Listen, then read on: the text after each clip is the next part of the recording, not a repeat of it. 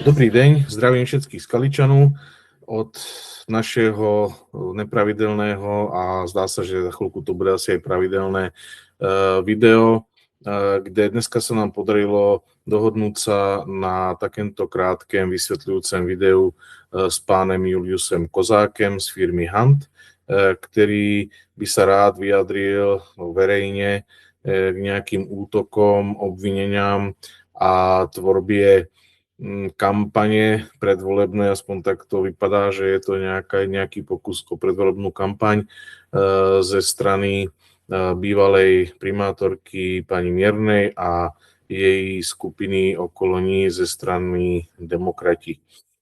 Takže ja som veľmi rád, že pán Kozák súhlasil s týmto videem a účelem tohto videa dnešného je teda to, aby byla vypočutá aj druhá strana a aby pán Kozák uvedel na pravú míru to, jak sa veci majú a aby vy ste si mohli spraviť komplexný názor na to, co sa vlastne deje a či je to podľa vás OK, či je to takzvané s kostelným porádkem alebo ne. Ďakujem za pozvanie.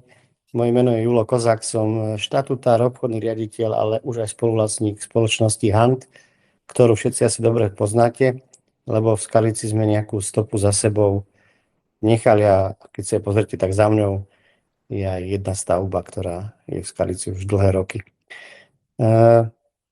Musím vždycky zareagovať na to, keď vidím nejakú nepravosť. Z môjho pohľadu je to nepravosť, alebo na nejaké narážky, alebo nedaj Bože, ak si niekto robí na niečom kampaň, čo mňa dnes veľmi mrzí, lebo dnes sme odbočili z normálneho dialogu a od reálneho rozmýšľania nad ako veci riešiť na robenie si kampane na všetkom, čo sa pohne. A najlepšie na tom, keď si robíme kampaň na tých, čo niečo robia. Lebo viete, že keď niečo robíte, samozrejme sa môže stať aj to, že sa aj pokazí, aj sa niečo zle spraví, ale vždycky je to o tom, že ako to vyriešiť a nie, ako si ublížiť. Lebo ak si budeme všetci navzájom blížiť, či je to Skalica, či je to Bratislava, zle to dopadne, nikde sa nepohneme, budeme cúvať. A ak ste si teda všetci všimli, tak pod statusmi pani bývalej primátorky a tých jej kamošov vždycky, keď niečo zacítim alebo vidím, že je to podozrivé, divné, alebo je to narážka na nás, tak snažím sa vždycky vecne a priamo upozorniť, že nie je to tak, alebo že je tam nejaká nepravosť.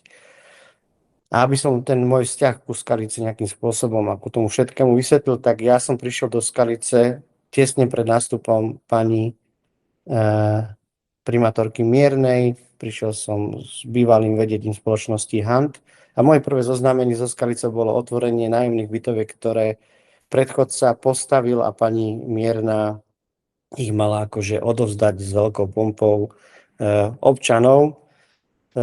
Bola nová, prišla, tak sme jej dali priestor, no, ako každému primátorovi, je to primátor, poďte, strihnite pásku, predstavte sa, ukážte sa, ale bolo nám jedno, či je to taká, onaká strana, nikdy sme to my neriešili, raz je to primátor, nech príde, nech sa odprezentuje a nech robí, my mu ako budeme môcť, vieme pomôcť a musíme, lebo však v tej Skalici už sme niečo vybudovali a ešte tam teda vlastníme nejaké pozemky.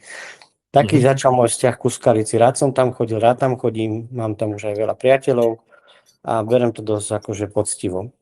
Tak to bol taký môj úvod v Skalici, tak stavali sme ďalšie bytovky, ale mesto ako keby nestihlo alebo nedalo možnosť ľuďom sa prihlásiť je o to, aby sa zapísali do poradovníka na nájomné byty.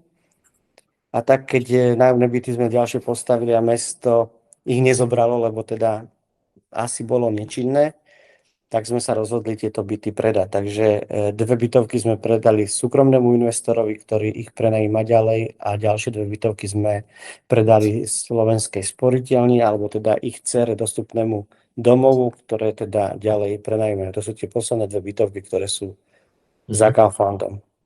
Ja sa ešte opýtam, keď o tom môžem skočiť. To znamená, že tá objednávka vlastne na výstavbu išla od mesta, mali to byť nájomné byty? Áno, samozrejme pani primátorka, keď videla, že ako tie nájomné byty fungujú, ako sa to podarilo v tej Skalici budovať postupne a odovzdávať, tak prejavila záujem, že teda mesto má záujem, aby sme na tých zvyšných pozemkoch, boli to 4 pozemky na 4 ďalšie bytovky, aby sme ďalej pokračovali. A my sme nemali dôvod, lebo dovtedy to fungovalo s predchodcami. No tak sme postavili a keď prišlo na lámanie chleba, tak mesto skrátka zareagovalo, takže nemáme žiadosti a je s tým kopec problémov a my to nechceme.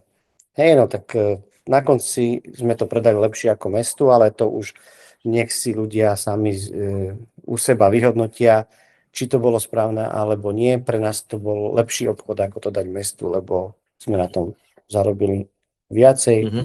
Kdežto v predošlej bytovky sme vždycky vracali pozemok mestu v tej istej cene, ako Hunt kedy si nakúpil a oni si zo ŠFRB vybavili úver a dotáciu z ministerstva dopravy a to bývanie dneska má to mesto obrovský benefit a do budúcna nejaký príjem, keď si splatia svoje úvery v štátnom fonde rozvoja bývania. Tak určite pre to mesto pokračovať v tom bola dobrá vec, ľudia by mali možnosť nájomných bytov, nevyužili, tak sme to predali ďalším záujemcom. Ale nevadí, máte tam aspoň široké spektrum prenajímateľov týchto štartovacích lacnejších nájomných bytov s nižším štandardom.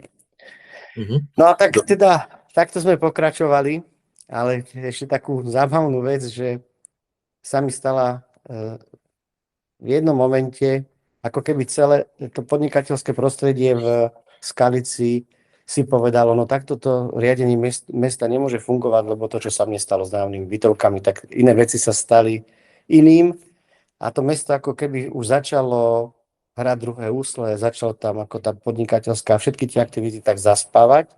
Až to došlo do takého stavu, že bývalá prednostka ma požiadala, že či by sme nevedeli pomôcť hokejom. Tak naprvu som nevedel povedať, že áno, či nie, lebo Hunt dal veľké peniaze do hokeja, kedysi však samozrejme sa dostali do finále extraligy, ak sa pamätáme všetci. A tí, čo mali sa poskladať na to nakoniec, to nám, alebo tomu môjmu predchodcovi, ani neboli schopní doplatiť. Všetci do dneska z toho žijeme, kde bol skalický hokej, ale nikto sa nepýtal, že kto to platil a ako tí ostatní z toho vyšli.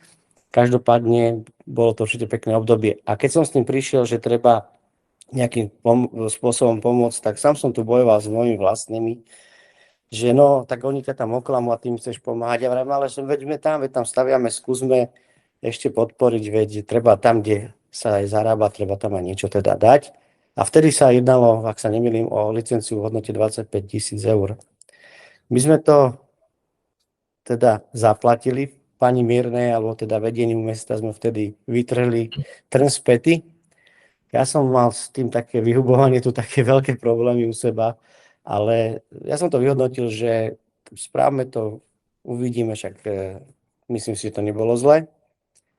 A dostal som potom ešte od všetkých vynadané podnikateľov, že oni sa dohodli, že ak bude mesto takto pokračovať, tak oni ho podporovať nebudú. A môjmu šéfovi vtedy povedali, čo to máš tam za blbca, že my tu teraz chceme trošička ukázať, že aj my tu máme nejaké slovo, my sa tu dohodneme, že teraz nepodporíme, lebo niečo tu nefunguje a chlapec príde a dá sa 25 000 za kúpi licenciu. No tak som to dostal ešte aj z tej druhej strany, ale už som na to nejakým spôsobom zabudol a som si povedal, však dobre, no však hádam, ja budem mať niečo a budem ja niečo potrebovať, tak mi to mesto nejakým spôsobom vráti. Vybudovali sme križovatku, mala prispieť na to Vúcka mesto, nikto neprispel. Ani prísľuby pani Miernej, ani vôbec nič, nula. Tak vravím si, dobre, kašlem na to, ideme ďalej. Aby toho nebolo málo, tak pred voľbami ostatnými, a to už budú 4 roky, túto jeseň, tak sme kúpili pozemok od Mira Lipu na Jazernom poli, kde bol schválený nový územný plán za primátorky Miernej. A pri jej odchode s Jožom Hlavatým vymyslia, že bude dobre to nejako zmáriť tomu Huntu a aj tej novej primátorke to stiažme, že ona je s tými developermi, tak správme tam stavebnú uzáveru. Na pozemkoch, kde schválili jasný územný plán so všetkými parametrami. A ja som ho nekúpil ako ornú pôdu, ja som ho kúpil ako hotový stavebný pozemok s parametrami, ktoré jasne stanovujú. 4 roky sa s tým bortím, konečne máme územné rozhodnutie. Ale vedľa, na tej istej časti, dostal niekto iný za 4 mesiace územko a stavebko hneď na to a stávame tam dneska pre neho my retail, z ktorého sme teda odviezli na náš pozemok pri Vajlante hlínu, ktorú sme potrebovali dočasne premiestniť a že mu potrebujeme teda, keď sa to tam vybuduje, vrátime, rozprestreme a zvyšok teda odvážame na skladku. Tak sme si ho teda prevezli ku nám na pozemok a ja sa pozriem minulý týždeň na Facebook a čítam, že nelegálna skladka, videa točí pani Mierna, nelegálna skladka bordelu stavebného odpadu. Tak jej píšem teda akože pod to, že pani Mierna, však máte na mňa, či ste ma mali na to upozorniť, to je naša hlina. A to, čo je za tým, tak to nie je naše, to tam niekto naviezol. No a my sa s tým musíme nejako vysporiadať, lebo sme vlastníkmi certifikátu EMAS, ktorý jasne hovorí, ako my nakladáme s odpadom a máme nakladať a teda je to pre nás existenčný certifikát. No a tak a namiesto toho, aby prišlo k tomu, že je to vaše, nie je to vaše a teda skúsim zavolať a poďme to nejakým spôsobom riešiť, tak rovno idú dve udania. Jedno na životné prostredie okresný úrad a druhé rovno na inšpekciu životného prostredia. Že akože od pasu vás zastrelím, že však čo, spravím sa ešte na tom kampáne, natočím. Tak sa tak rozmýšľam, to pravica takto akože podporuje podnikateľov, ktorí zo dňa na deň sa im menia pravidla, ktorí zo dňa na deň majú problém zohnať ľudí do roboty, majú vyššie dane, vyššie odvody, nové certifikáty, nové podmienky. A my potom od nich niečo v tom meste budeme chcieť, tak my ich najskôr udáme a potom, keď príde žiadosť na trhy a neviem čo všetko, tak potom oni nám dajú peniaze. Nie, oni pôjdu proti tomu mestu, lebo skrátka sa to takto nerobí. No popri tom som samozrejme zistil, že je tam dovezené 20 tatier bordelu, ale my sme objednali firmu, ktorá na to má oprávnenie a dali sme aj ten bordel, ktorý sme tam nenavezli, zlikvidovať, stalo na 140 000 eur. A ja skrátka podám trestné oznámenie teraz na neznámeho páchateľa. Verím, že však tam majú tie okolité firmy kolo Vajlantu kamery, že zistíme, že kto tam naviezol ten stavebný odpad, nie tú hlinu, ktorú sme tam i mali. No a teda keď som to spravil, tak prišlo nové video, ako oni stoja za tým, ako sa to očistilo a takto treba a ešte sa aj pýtajú životného prostredia, ako nás dobre idú spokutovať, ako nás budú vyšetrovať. A potom čítam, kde si na Facebooku, ako sa ide spájať demokrati a PS a hovorím si, to idete sa takto spájať, akože a idete šikanovať a udávať, idete si robiť kampaň na tých, od ktorých žiadate podporu? Vy si, pán Bucha, viete predstaviť, že bez tých podnikateľov by boli dane, by boli odvody, by bola zamestnanosť, bolo by niečo v tých mestách? Samozrejme, že nebolo, tak je to veľmi, veľmi podivné, takéto správanie. Ešte teda, aby sme to úplne tak polopatisticky zhrnuli. To znamená, vy aktuálne robíte výstavbu toho nákupného centra, alebo ako by sme to mohli nazvať, toho komerčného centra, ktoré vzniká za dnešným Maxom. A máte prenajatý pozemok za Vajlantom, kam ste mali... To je náš pozemok. To je náš pozemok, tento pozemok predávame, je to v priemyselnej zóne, je tam platný územný plán a viete, nemáme ho kde dať, tak sme si to ako keby na tú chvíľu, na ten čas, čo potrebujeme, keď máte tam všetko zastávané, tak nebudeme predsa dávať výkopov hlínu na peknú ornicu, ktorú ešte dneska ďalej niekto obospodaruje a kým my nezačneme stávať, tak môžu na nej tí poľnohospodári ešte robiť. Tak nebudeme tam dávať výkopovú hlinu na zemi, tak sme si to premiestnili na nás pozemok, ktorý je stavebný. No a tak a vedľa to ďalšie územie je naše, kde máme teraz územné rozhodnutie na výstavbu 3 bytoviek, tak tam budú sa stavať bytovky ešte. Dobre, to znamená... Áno, to znamená, na ten váš pozemok pri Vajlante ste odviezli tú skrývku alebo tú hornú časť tej Nie, úrodnej. výkopovú. Tá Výkopovú? orná pôda ešte ide v takom režime, s tou nesmiete ani obchodovať nič, Aha. takže tu sme vyhrnuli pekne na kraj, z toho sa bude všetko rekultivovať, ale tie výkopky z tých základov a tu podorničie, tak to sme si tam vyviezli, teraz to všetko zabetonujete, návezete späť a potom, kde pôjde hlina, dáte hlinu už ornicovú, hej. Takže na takto to bolo. A vlastne stalo sa to, že k tým vašim kopám tej výkopovej hliny, ktorá vlastne bola čistá, dá sa povedať hlina z nejakých nižších podloží, niekto naviezol bordel, odpad stavebný. Vedľa nej. To bolo 20 tatier, ale takého stavebného odpadu, kde boli aj tehly, aj všetko možné, no musíme to rozstrediť, lebo bol tam aj komunálny odpad, lebo kde si aj igelit, viete, ako sa robí dneska, tak to potom tak neodvezete, musíte normálne rozstrediť, vytrediť, zaplatiť za uskladnenie komunálneho odpadu a potom zaplatiť za ten zvyšný odpad, ktorý už teda ako vytriedený môže ísť. Tentokrát to išlo všetko do Gbiel, kde je teda oficiálne na to určené miesto a spracovateľ takéto stavebného odpadu a výkopkov. Tak sme mu to celé dali profesionálne spraviť, lebo ja naozaj to potrebujem doklad, že sme to spravili tak, ako to má byť. Samozrejme, že niekto tam natočil video, spravil som mňa, alebo z spoločnosti Hunt, vytváračia černých skladok po skalici a neviem čoho, pritom nejaký skaličan to zrejme tam vytvoril vedľa tých našich kop, ale hovorím, že možno aj by som bol rád, keby som sa dozvedel tie informácie, však nech si to zaplatí, nech mi donesie teraz za to peniaze, lebo naozaj tie okolitné firmy majú kamery a určite tam bude vidieť, že aké špezetky vyvázali ten odpad. A teraz my máme blížiť nejakému dopravcovi, ktorý bude musieť podať, odkiaľ ten odpad viezol. Ale hovorím, že keby to aj išlo, tak stačilo mi zavolať. Však ona má na mňa číslo pani Mierna, mohla telefón, pán Kozák, čo to tu máte na tom pozemku? Hlínu, čo ste mi, toto a toto čo je? No to moje nie je, ale dobre, že ste mi to ukázali, idem to riešiť, hej? Ale nie hneď podať trestné oznámenie a neviem čo. Jasne, tak robila sa senzácia. A senzácia kampaň, hej, viete, že no a potom máme spolupracovať. Keby, nedaj Bože, sa stane, že teda bude pani primátorka zvolená a ako jej budú ľudia pomáhať, keď ich budeme označovať všetkých a udávať a robiť si na iných kampaň. No to je chore.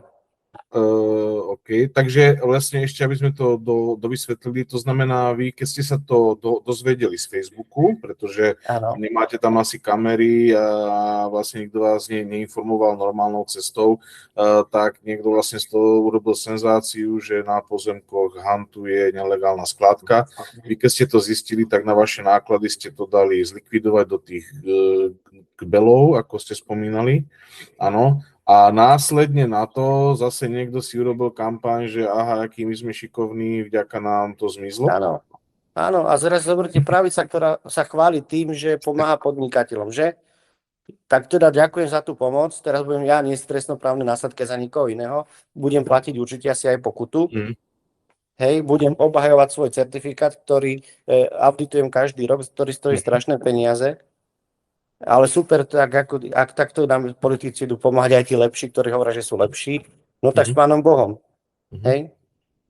OK, a to znamená, že vlastne ak by sme sa bavili o nejakom normálnom ľudskom jednaní, pani Mierna má na vás kontakt, keď to zistili, cesta mohla ísť, alebo spôsob mohol ísť tak, že bez udania Huntu na inšpekciu životného prostredia mali zavolať vám, povedať, vieš o tom, máš tam takýto bordel, je to vaše a mohlo sa to riešiť, hej? Toto by bola tá normálna cesta, namiesto toho vlastne oni na vás podali udanie na inšpekciu životného prostredia. Aj na okresný úrad. Áno, takže vy momentálne ste popoťahovaní v tejto kauze, takže ešte... No čakám, čo z toho bude ďalej. Áno, to sa ešte bude teda nejak vyvíjať. Medzi tým vy ste dali tú navážku toho odpadu, ktorý nebol váš, teda zlikvidovať na svoje náklady a zároveň ste podali trestné oznámenie, že niekto vlastne zneužil. Až teraz to spravím, lebo ja som bol mimo Slovenska, ja som to dozvedel teda mimo, ja som sa včera vrátil, no a teraz musím začať kolo toho chodiť, lebo minimálne musím ja teraz dokazovať, že ja som to nebol. Mhm. A ja som to teda dal spraviť, dal som to vytriediť, dal som to odviesť a samozrejme budem od niekoho žiadať tú zodpovednosť, ktorú teraz mi niekto privodil trestnoprávnu. Rovnako chcem, aby bude prenesená na niekoho iného, kto to spôsobil. A tie náklady, ktoré ma stali, nie tá hlina, ale ten stavebný odpad, tak tie budem chcieť od neho späť minimálne. Takže bolo to vo výške 40 000 eur, minimálne ste spomínali? To som mal predbežný odhad, neviem, ešte faktúru nemám, čakám. Dobre. V tejto kauze sa ešte spomínala aj firma H+H. Ja sa priznám, že ja som to nejak nesledoval, pretože naozaj nemám záujem sledovať tieto videá, ktoré proste za mňa sa nedajú dlho sledovať, viac jak 30 sekúnd, kde sa iba hejtuje a naozaj veľmi zvláštnym spôsobom sa tam robí tá kampaň. To znamená, tá firma H+H, vy ste v nejakom vzťahu, týka sa to tejto kauzy, alebo je to zase niečo úplne... To neviem, čo je. Tu ti nepoznám. OK, takže evidentne vlastne asi sa tam nejak zlievajú dve informácie alebo dva druhy problémov. Dobre, takže čo sa týka ešte nejakej možno budúcnosti, lebo Skalica určite potrebuje nejaký stimul podnikateľský. Ja keď sa bavím takto s ľuďmi a s podnikateľmi v Skalici, tak v podstate si sťažujú, že to prostredie nie je úplne zdravé, nie je to úplne OK, ako by to mohlo byť. Znamená to, že zanevriete na Skalicu, nezanevriete, môžeme sa tešiť v budúcnosti, že by sa vlastne mesto mohlo s vami ďalej spolupracovať? Samozrejme, my, viete, zanevrieť, nezanevrieť. Stále tam vlastníme veľa pozemkov, viete, že sme tam, platíme tam dane. Nie je nám jedno, čo sa tam samozrejme deje. A nech si to chce myslieť, čo chce. Myslím, že naša spoločnosť Hand v tej Skalici niečo spravila. Či je to horšie, lepšie, ale stopa tam je. Pozrite sa, čo sa stalo v tom území smerom na Holič. Veď to je dneska kopec ľudí tam býva, je to krásne územie, ľudia tam majú, ale aj Skalica tam má všetko. Veď Skalica nemala kde spraviť obchodné centra, aby ste boli na úrovni normálneho okresného mesta. Stále je tam tá zamestnanosť, takže my sme tam stopu nechali. Aktivity tam máme teda postaviť nejaké komerčné byty, ktoré sa dajú kúpiť, nebudú to nájomné byty. A v priemyselnej časti sme mali pozemok, ktorý sme mali, že pre Vajland, že rozšírime Vajland, ale pretože v Senici sa spravila hala, ktorá ešte dnes nie je kapacitne na 100% využívaná, kde Vajland si vie presunúť hociakú časť vyrobiť, tak Vajland nám oznámil v minulom roku, že nemôžu ten pozemok nás kúpiť. A my teda sa ho snažíme predať, máme aj rozdelené na 3 alebo v celosti, predávame tento pozemok, lebo je to jeden z mála pozemkov, ktorý v Skalici v priemysle s platným územným plánom sa dajú zajtra zastavovať nejakou malou fabričkou, takže určite ešte vieme aj menším, aj väčším podnikateľovi tento pozemok poskytnúť. No a človek nikdy nevie, no tak možno ešte zasa niečo dokúpime, ako naposledy od Míra Lipu. A my, viete čo, hnevať sa alebo nehnevať sa, ako sa môžeme hnevať na Skalicu? Môžeme sa hnevať na jednotlivcov, ale ja som nie človek, ktorý sa dlho dokáže hnevať. Ja dokážem aj odpúšťať, ale nedám si zasa. A keď ja som človek otvorený a keď mi niekto brnká po nose, tak ja tiež poviem. Lebo ja vždycky sa snažím byť ústretový, pomáhať a nemám rád, keď si niekto neváži tú pomoc. Stačí fakt, že niekedy len povedať, ja som zase človek, ak niečo takéto by som zistil, hneď by som to dal riešiť, či by podala trestné oznámenie, alebo nepodala. Takže na Skaličanov a na Skalicu nezanevrem, veď tam mám vzťahy tiež nejaké, mám tam aj priateľov a sem tam takýto výbuch sa stane, no tak musíme s tým asi žiť. Sa to stalo folklorom na Slovensku politicky.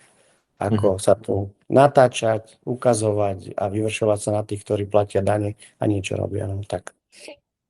Nie, Skalici, za Skaličanov a Skalicu sa teším a nezanevrel som. Super.